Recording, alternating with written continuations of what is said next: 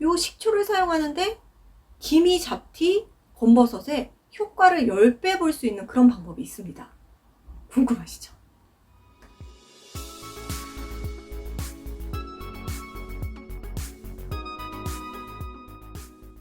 안녕하세요. 데일리 미라클입니다. 반갑습니다. 네, 묵은 기미 정말 고민이 많으시죠? 이런저런 방법을 써도 사실은 그게 말끔하게 지워지기가 매우 힘듭니다. 그래서 우리가 집에서 좀 순하게 홈케어로 오래 보고 관리를 하고 있는데요. 오늘 알려드릴 방법은요, 2가지 재료만 있으면 돼요. 그런데 각각의 성분이 굉장히 효능이 강합니다. 그렇지만 이 2가지가 만나서 그 단점들, 자극들을 좀 보완해 주면서 효과는 훨씬 더 많이 볼 수 있는, 시너지 효과를 볼 수 있는 요 조합이라서 아마 활용하시기 너무너무 좋으실 거예요. 피부 관리에서 가장 가성비 좋게 활용할 수 있는 것이 바로 요 짜잔, 네, 식초입니다. 요 천연 사과 식초만 잘 활용하셔도 기미와 잡티, 검버섯을 없애는데 많은 도움을 받으실 수 있고요. 더불어서 모공, 피부 결, 피부 톤도 많은 도움을 받으실 수 있습니다. 또 천연 사과 식초와 일반 사과 식초 꼭 이거 써야 돼? 라고 이제 궁금해 하시는 분들이 계실 거예요. 일반 사과 식초를 사용하셔도 무방합니다. 하지만 요 천연 사과 식초에는 정말 놀랄만한 그런 효능들이 숨어져 있습니다. 천연 사과 식초를 비롯한 식초 종류는 산성을 띠지만 또 알칼리성으로 몸속에서는 바뀌기 때문에 pH를 조절하는 데 매우 많은 도움을 줍니다. 하지만 주의점이 있는 게 피부에 바르듯 위에 들어가든 강한 자극을 줄 수가 있습니다. 그래서 꼭 희석을 하셔서 사용을 하시는 게 기본입니다. 어디에 섞든지 혹은 물에 타든지 그렇게 희석을 해주는 게 제일 중요합니다. 그럼 천연 사과 식초, 일반 식초보다 뭐가 더 좋은지 알아보겠습니다. 일반 식초는 이렇게 살균이라든지 세척, 헹굼 위주로 나와 있고요. 이런 천연 사과 식초는 미가공, 미살균을 했기 때문에 좋은 성분들이 많이 살아 숨쉬고 있어요. 아세트산, 아미노산, 사과산, 단백질, 효소 등이 풍부하게 들어있기 때문에 아무래도 드시거나 혹은 피부에 사용했을 때 훨씬 더 효과가 좋습니다. 한두 번 사용할 거면 뭐 큰 차이는 없겠지만 꾸준히 사용을 하실 때는 그런 천연 사과 식초 하나 정도도 이렇게 구매해 두시는 것도 제 생각에는 좋으실 것 같습니다. 먼저 소화가 안 될 때 식전 30분 혹은 식후 30분에 이렇게 반컵에서 한 컵씩 드셔주시면은 식초에 들어있는 살아있는 효소들이 소화에 매우 도움을 준다고 합니다. 다만 평소에 속쓰림이 있거나 위산 과다증이 있으신 분들은 좀 피해 주시는 것이 좋고요. 요 천연 사과 식초에는 항박테리아제, 항진균제, 항균제 역할을 할 수 있는 그런 성분들이 들어있기 때문에 박테리아라든지 칸다디엄과 같은 그런 염증 질환에 매우 도움이 됩니다.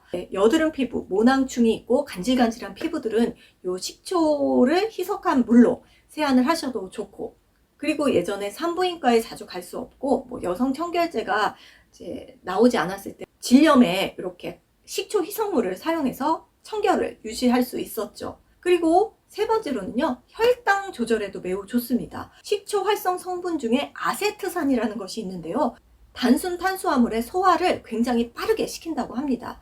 더불어서 혈당 수치를 낮춰주기 때문에 몸이 필요로 하는 자연적인 인슐린 분비를 촉진해서 좀 이렇게 혈당 조절에 도움을 받을 수 있다고 합니다.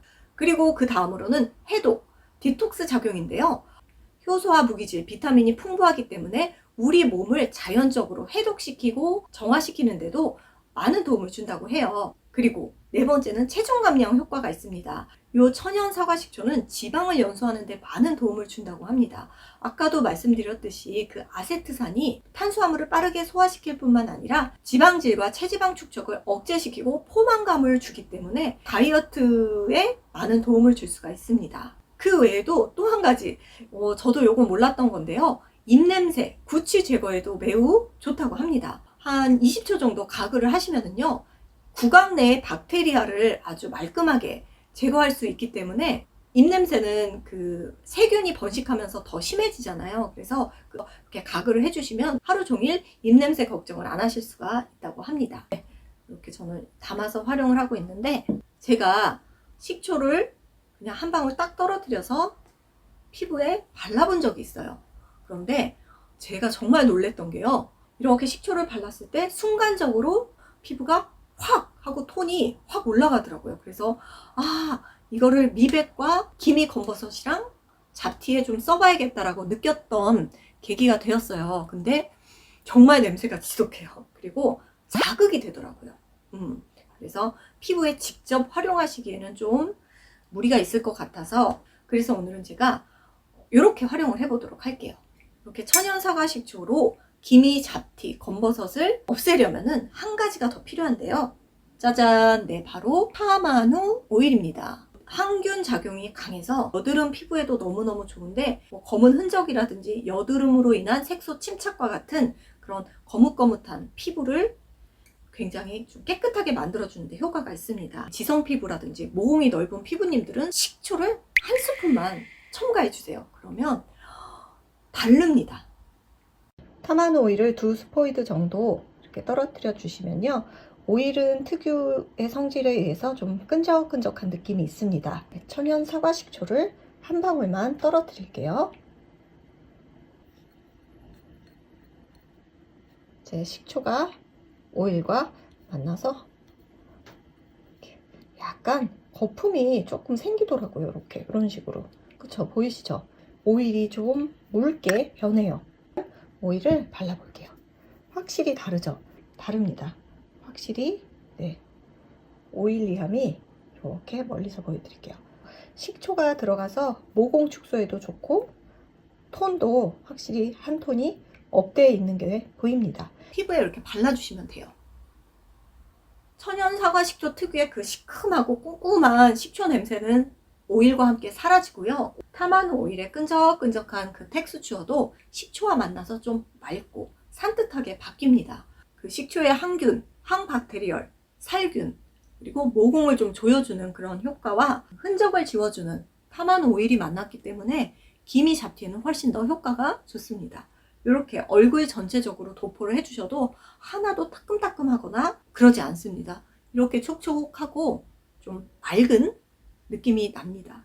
다만 피부가 조금 예민하시거나 그러시면은 얼굴 전체에 하지 마시고 기미 있는 부위에만, 검버섯 혹은 잡티가 있는 부위에만 이렇게 두들겨 주세요. 그러시면 괜찮습니다. 그리고 기미와 잡티, 검버섯에 좀 더 효과를 볼 수 있는 업그레이드 방법이 있습니다. 바로 집에서 이렇게 뒹굴뒹굴하는 그런 아이 패치 하나 두 개쯤은 꼭 있으실 텐데, 여기에다가 우리가 만들어 뒀던 식초 타마누 요 오일을 좀 발라주세요. 이 아이 패치 안에도 재생이나 탄력에 좋은 콜라겐, 그런 유효 성분들이 많이 들어있어요. 그래서 이렇게 타마누 오일과 식초를 같이 섞어주시면 훨씬 더 효과가 좋습니다. 그리고 눈가에 붙이지 마시고 기미가 있는 부위에 착 하고 붙여주세요. 그러면 되게 초간단하지만 기미에 효과가 좋은 기미 패치가 이제 응용이 되는 거죠. 일반 시트팩보다 이런 겔 패치는 조금 더 오래 하셔도 괜찮아요. 그래서 한 30분 그 정도 이렇게 있으셔도 괜찮습니다. 어때요? 너무 초간단하지만 효과가 매우 좋습니다. 이렇게 하고 나니까 모공도 줄여주고, 그리고 무엇보다 피부톤이 굉장히 일정해졌어요. 피부톤이 균일해지고, 그리고 피부가 되게 매끈매끈하고, 또 뾰루지 같은 것도 훨씬 줄어들고 또 잘 나지가 않더라고요. 묵은 기미, 묵은 검버섯이 고민이시라면 꼭 한번 해보셨으면 좋겠습니다. 오늘도 이렇게 가성비 좋은 꿀팁 전파해드렸고요. 저는 다음에도 더 좋은 영상으로 여러분들 찾아뵐게요. 구독과 좋아요, 알람 버튼, 인스타 팔로잉도 많이 부탁드릴게요. 기미야 안녕. 다음에 뵐게요.